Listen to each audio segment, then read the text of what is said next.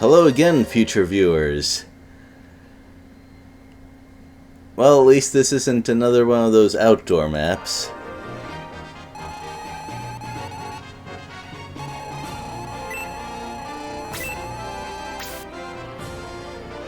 So, this is a fun game to play, but I don't know how well it holds up in storybook form, if you ask me.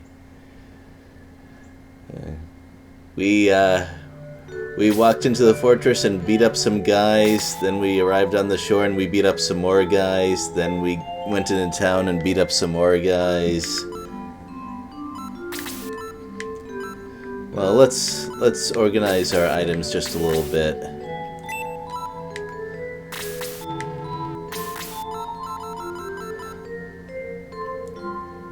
I think Claude kinda needs this.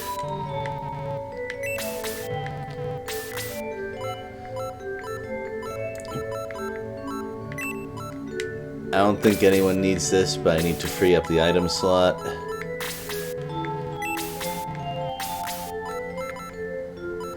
And I believe that is that. I haven't quite decided who to use the powerful wine on yet. I think Claude is the weakest character I have who actually needs to use physical attacks, so let's use that right now. I don't see any reason not to.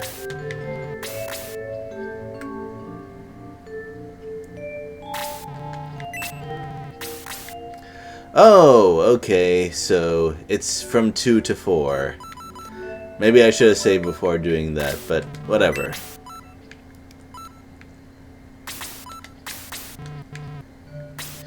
If I get another Protect Milk, I think I'm gonna use it on Nick.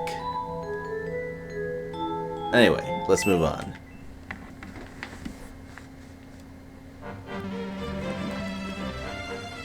Oh, it's a guard. I'm pretty sure he doesn't know anything about their secret plans, but okay.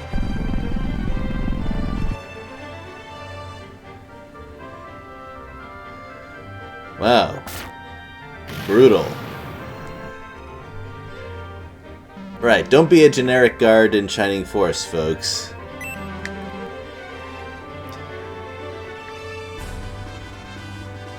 Now, Mayfair. That's a name I've been looking forward to.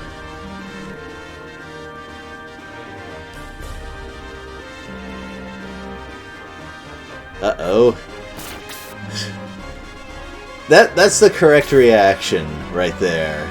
If the way into your secret base is discovered, do not waste time.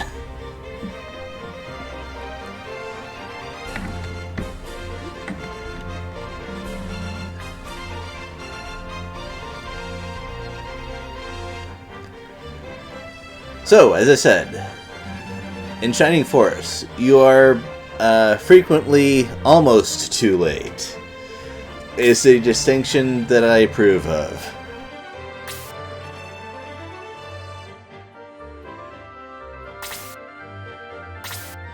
Well, let's take a look at what we got here. We have some enemies scattered here and there. Honestly, this doesn't look too intimidating. I don't see any treasure chests around here either. The only problem here, we're likely to be attacked by these bats at roughly the time we encounter all of these people. The Power Stick is not all that intimidating. It's not the destroyer of worlds that it used to be. And having several enemy flyers in one place can be a little tricky to deal with.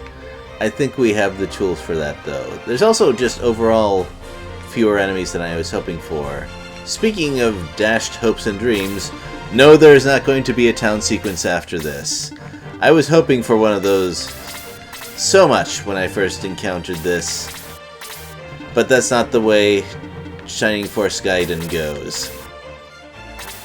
So, how will we deal with this? Are we going to split up the party? Why, yes. Yes, that's what we're going to do. We're not going to divide it 3 ways, though. That's a little bit too much.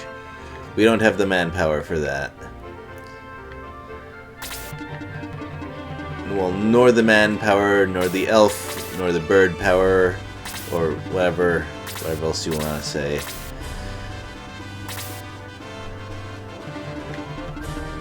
But yeah, Nick should be just fine as a frontliner for the south, and Shade and Sig will go along, and that should work just fine.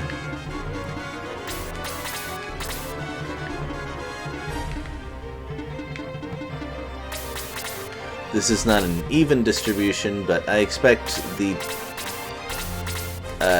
team on that side to deal with... Oh, you moved a lot, but didn't get in range to cast a spell. Well, that's a problem. Well, as I was saying...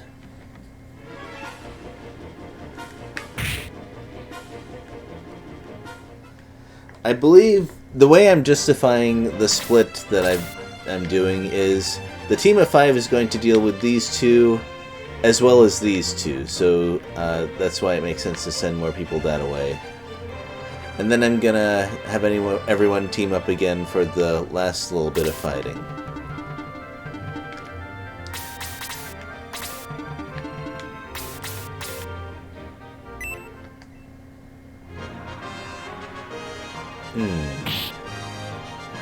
Alright, well, I'm glad that Sig's attack power is keeping up. I was a little concerned. So, what I'd like to do is at least... It's gonna be tough to have them group up because their attack ranges are a little different, but maybe I can work something out.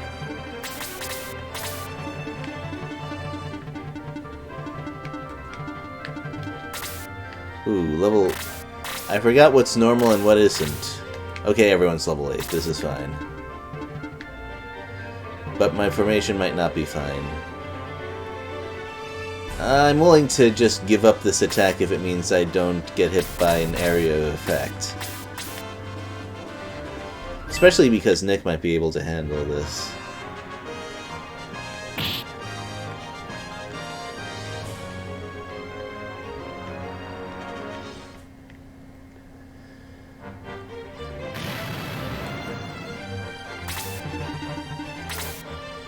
Well, that's a strange bit of movement right there. I forgot that enemies are sometimes scripted in odd ways. But I don't think it's going to affect my plan too much.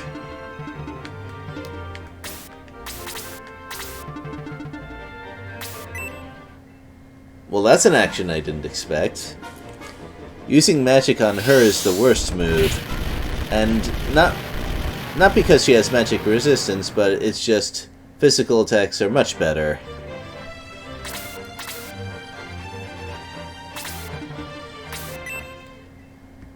It's not much better here, though.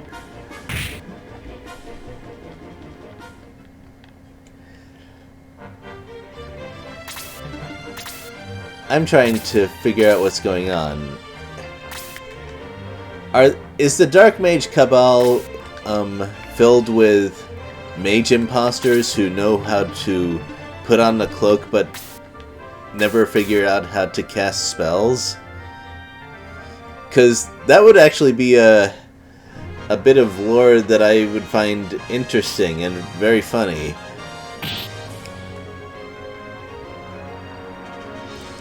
Even though the makers of this game probably had no such intentions when they were coding the monsters. Well, okay.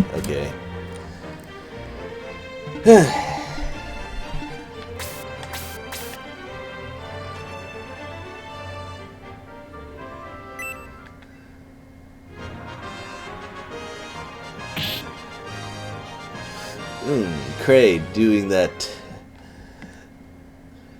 those power attacks.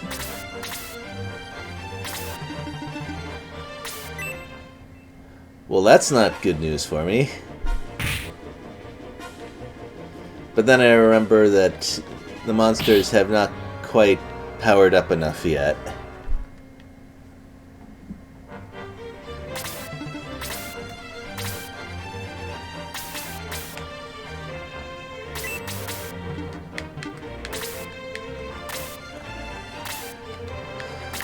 Yeah, I don't want an unfortunate turn rollover. As satisfying as it is to hit many enemies with one spell, when turn orders are random and hidden, you want to minimize this sort of risk.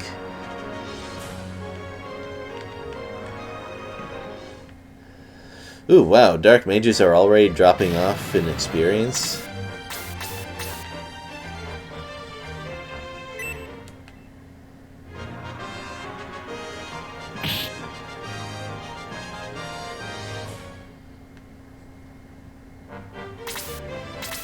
Well, I know the Claude is a little bit ahead in levels, but not that much. And there we go. Now we can attack more or less safely.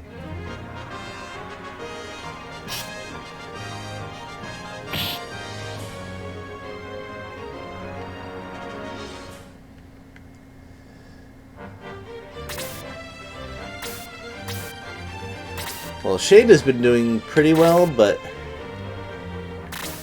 I think he needs a weapon upgrade soon. I mean, we've been stuck with He's been stuck with Chapter 1 stuff for a while.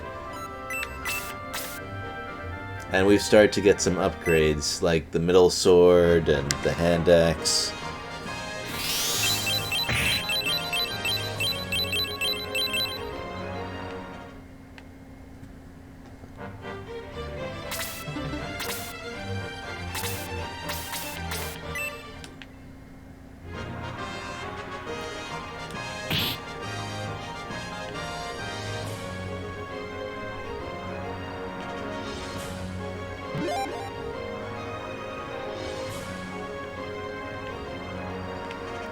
Huh, is Nick starting to become a little bit glass cannon-ish?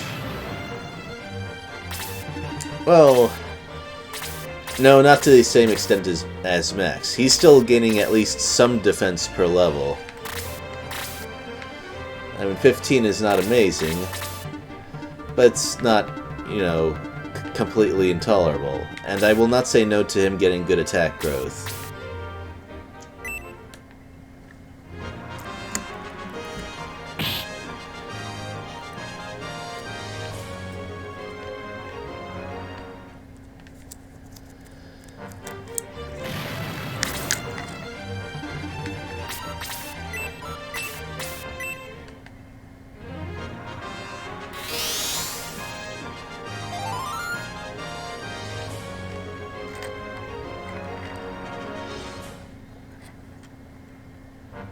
That sound effect kind of brought something to mind for me, which is, how do I feel about sound effects from very early games being reused much later? I know it's done for nostalgia factor, and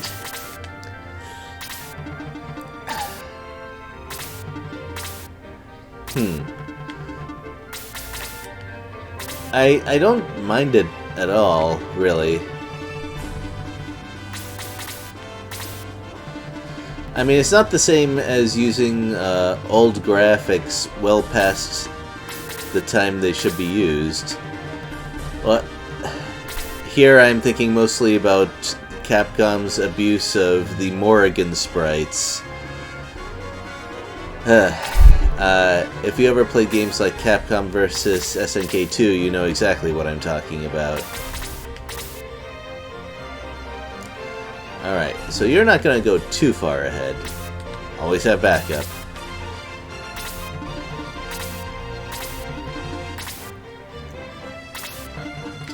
Hey, what do you think of the continued reuse of quote-unquote classic sound effects?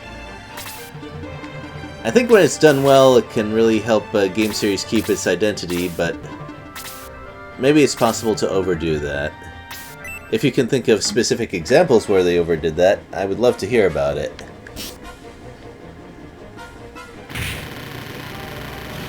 Oh, okay.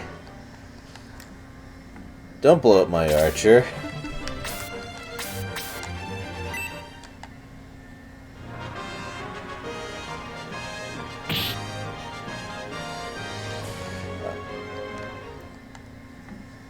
I think that Power Wine was...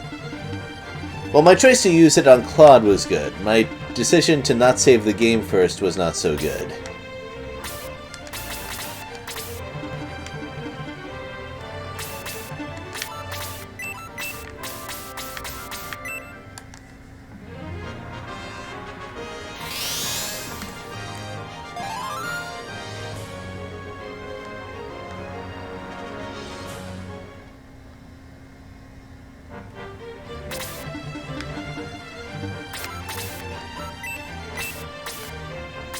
That's not going to do it.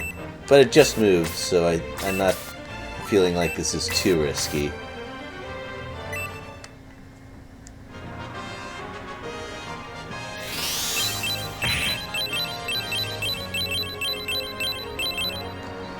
Well, Freeze 1 never does 11 damage, so that's not too heartbreaking for me.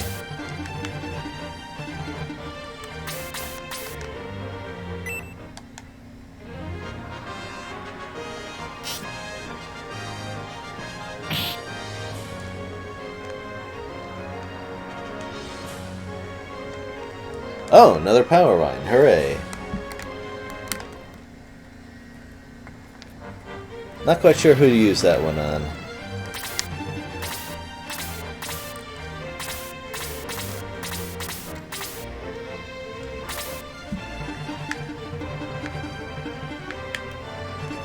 Right, don't want to block it off like this because it'll make attacking the enemy a little awkward. Sending like this would be fine, though.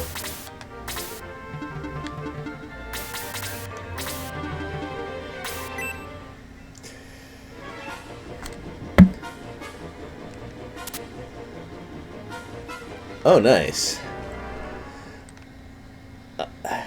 There's something that I find satisfying about having a shield character like that block something, even if it's effectively evasion and there are no stats involved at all. Maybe it's just me. And what I like most about flying units in this game is not so much attacking enemies that are hard to reach, but placing them so that they don't occupy any tiles that might get in the way of other characters. So that's a nice boost to effective attack power right there. No! I wanted to cast Freeze, but... oh well. Bruce needs the experience too.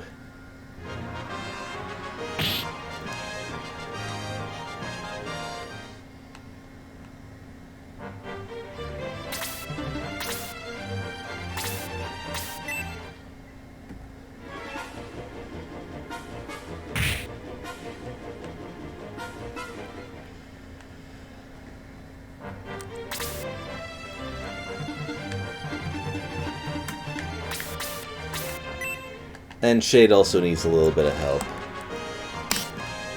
More so than Wendy, I'd say, considering that I don't have long-term plans for her.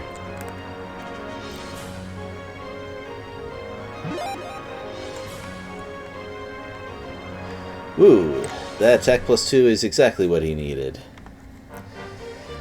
Man, imagine archers getting the stats they need on level up.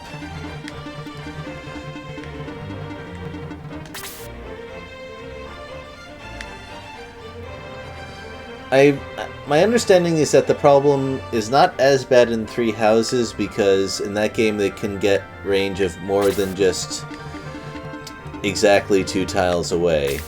But I haven't played that one myself, so there's probably some details that escape me. Also, there are many more Fire Emblem games than just Three Houses, and archers are almost always bad in most of those.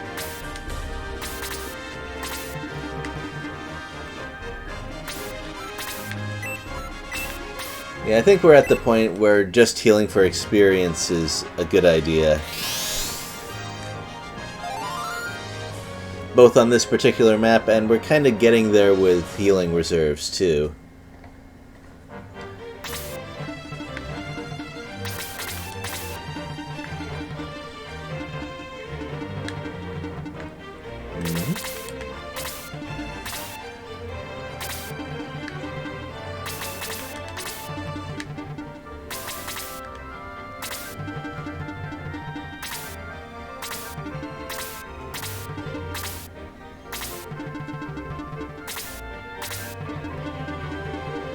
Yep, here they come.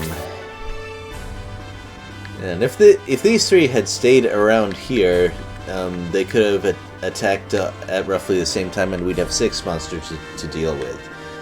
That would make the map a lot more interesting.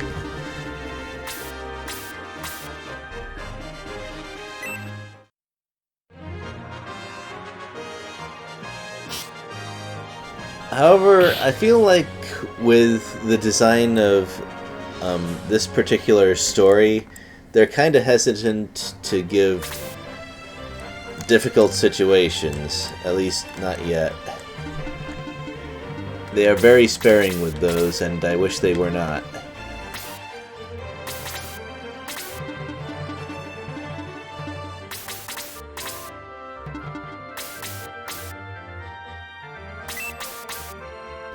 Is that going to be enough to kill?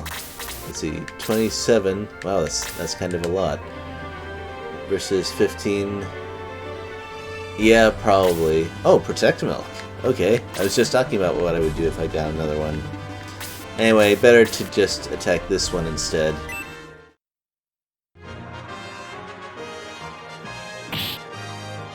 Because Claude is already a bit ahead in levels. And hey, my impromptu calculation was correct for once. Shining Force does a lot to discourage that sort of thing, but it's not always useless.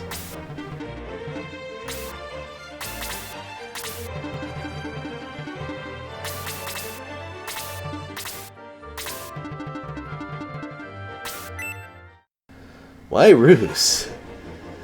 If you're gonna attack someone with high defense, at least attack Nick. I also am not sure if rat flies inflict any kind of condition.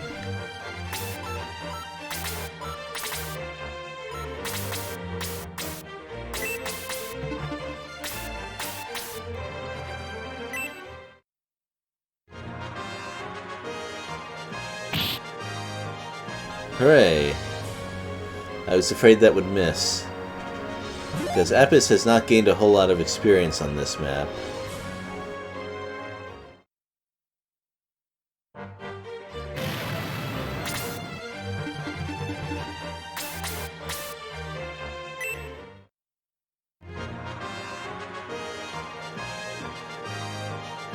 Oh.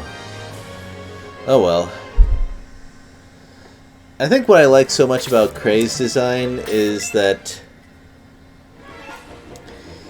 he kind of fulfills the correct number of strengths and weaknesses that for a unit in this sort of game. Oh, uh-oh. Well, that's one of the problems with having a lot of flying enemies. It's tough to control them all.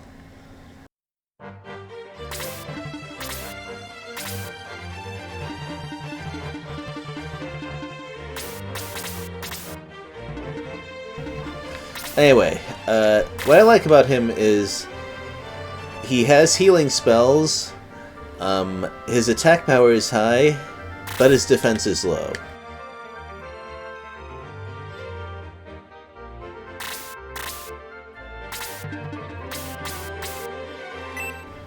As compared to, say, Roos, who has very good defense and attack, but no real utility.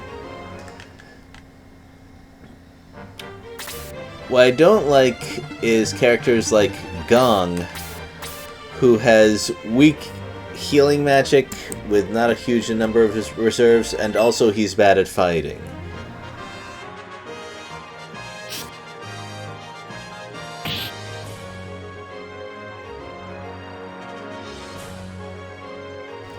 Alright, I was a little worried about losing experience there, but apparently the rat flies have not gone obsolete yet.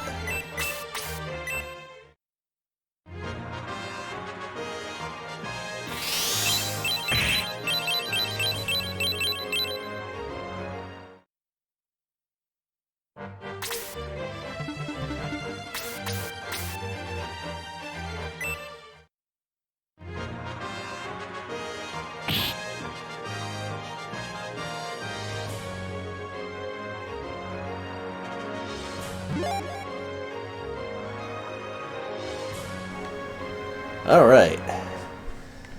Things are looking good for the party so far.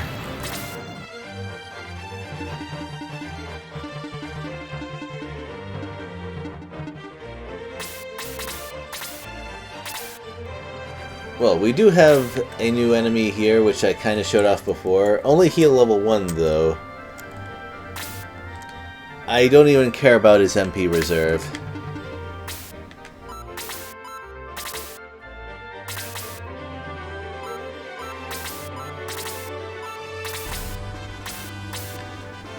Now this is the kind of obstacle bypass that makes sense to me. Throwing a javelin over a fence is something I can easily imagine. Shooting an arrow through an indoor wall, and the wall is made out of rock, is a little bit tougher to picture. Like, if the arrow is actually powerful enough to do that, it should be an area of effect arrow that kills everything in a straight line, probably. That's the kind of power I'm imagining with that sort of thing.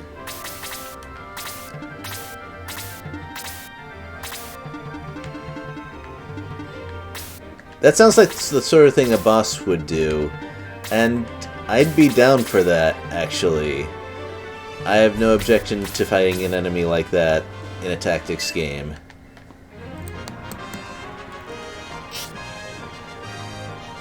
Maybe not instant kill, just a lot of damage because it's a boss, but you get the idea.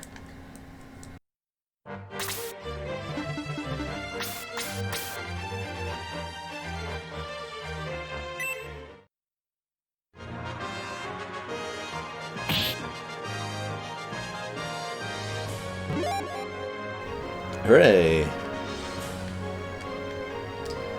Alright, and that puts aside my worries about Sig having enough attack power.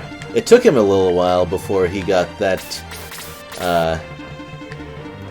monk-like attack growth to make up for his lack of a good weapon, but it is happening now.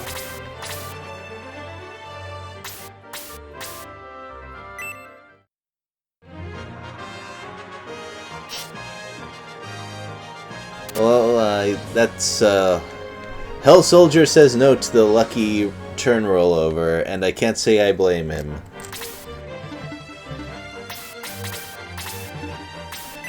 Oh, 30% land effect there. No wonder I was dealing less damage. Yeah, I think that's the only part of the map that has any terrain defense.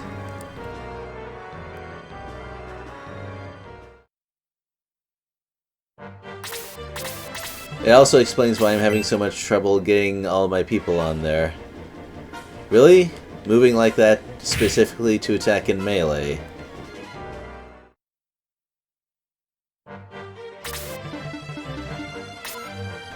Fine, you do you. I can't stop you from making bad decisions. I mean, I make bad decisions myself, like that. I forgot that Wendy hadn't had her health completely restored yet, and just put her in range of artillery. Oopsie. In a quote-unquote ideal world, I would have been punished for that, but now where things are, that seems very unlikely.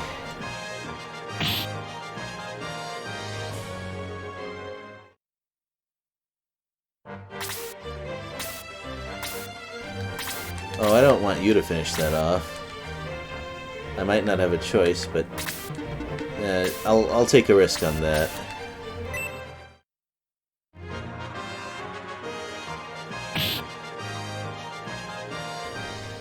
And as usual, the new spellcaster has good defense.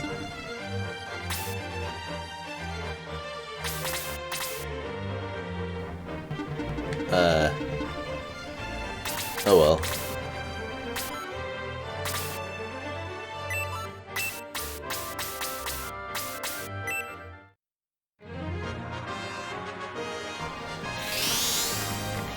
So I got away with bad tactics. Not the first time that's happened, and the way I've been making decisions, not gonna be the last. Shining Force is a little too forgiving sometimes, and I'm not gonna stop doing bad things. That's not in character for me.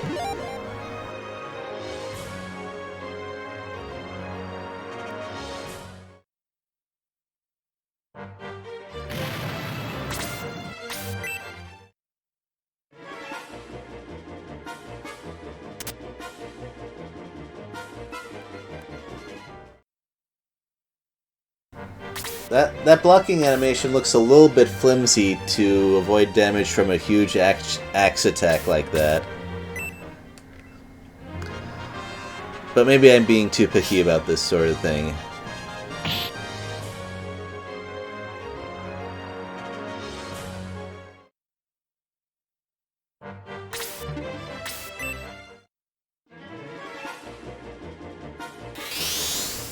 Well, that's more experience for me.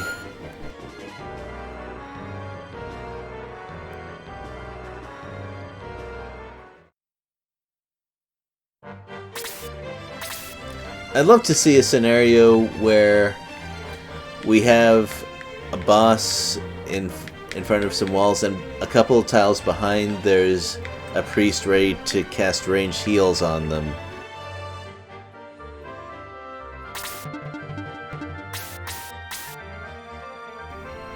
That works best if going after the healer would be very risky for whatever reason.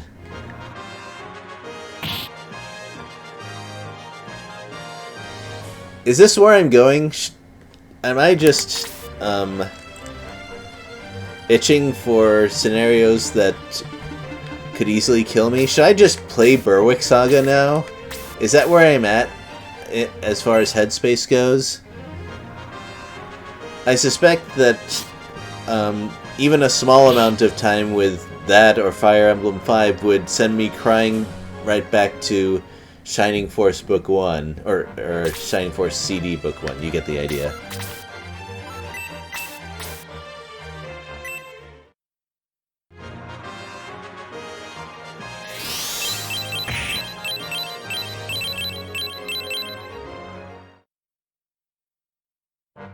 Nothing like playing a map with extremely dense fog of war, and there's an enemy on the other side of the map casting sleep which never wears off, and puts your character at 0 defense and there's permadeath. Yeah, that's the sort of gameplay I want.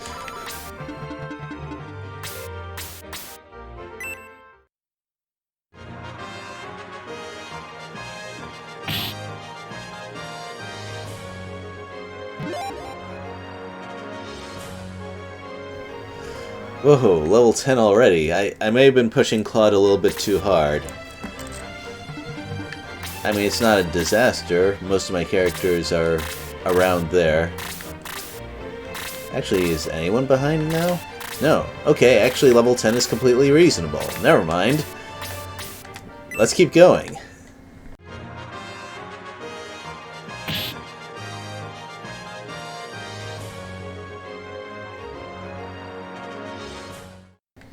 Well, at this rate, I'm gonna start promoting before the end of Chapter 2, for sure. And considering that this game has 4 chapters, that seems pretty reasonable to me.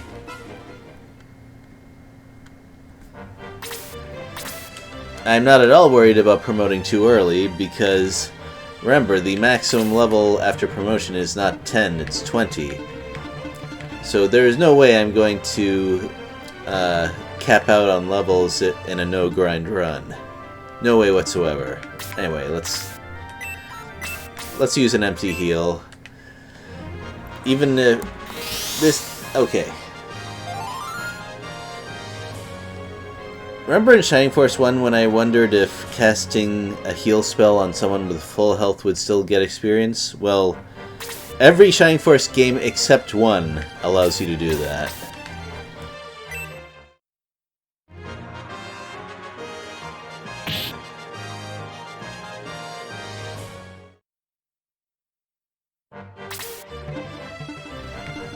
Maybe not. This is cool, though.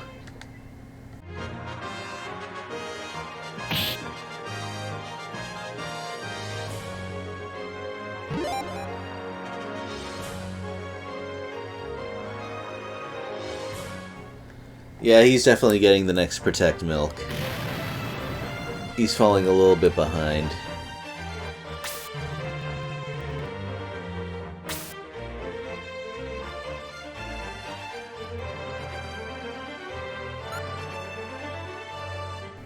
I wouldn't really call this person a villager.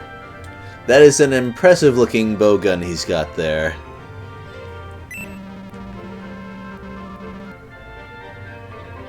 Stonks!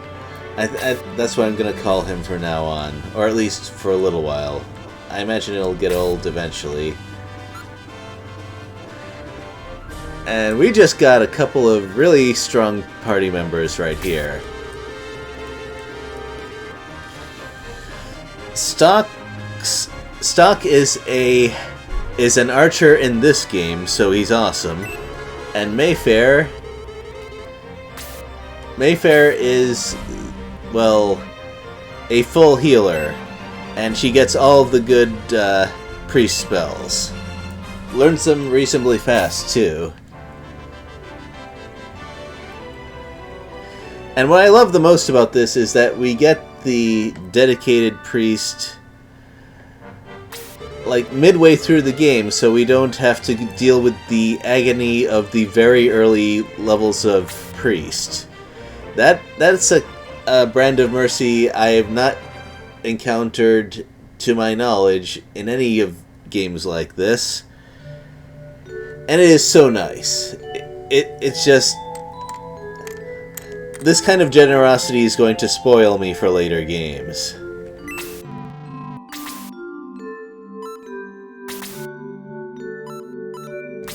Let's check their status, though. So both Stock and Mayfair are actually... they have some catching up to do.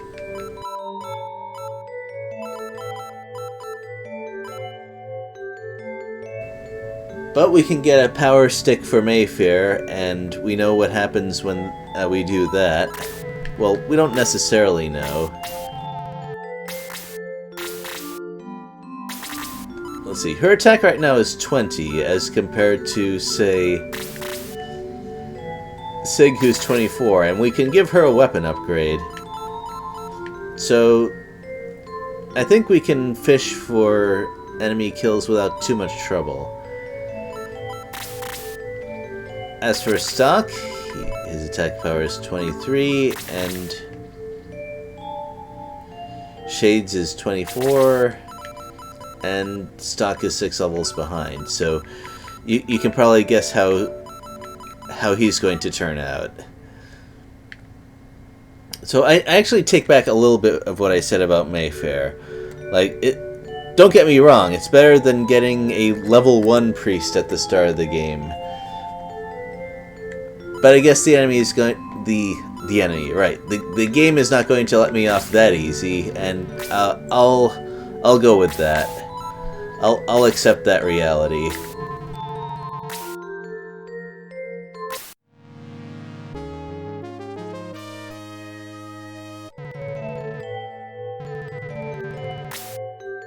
And I guess that's it for now. We have a shop to explore, and I'll do most of that off camera and show you what's in there at the start. Oh wait, no. I selected yes. Stupid me. Not the first time I've mismenued. I mismenu so many times, and if I were playing something like XCOM, it would certainly get at least a couple of my people killed.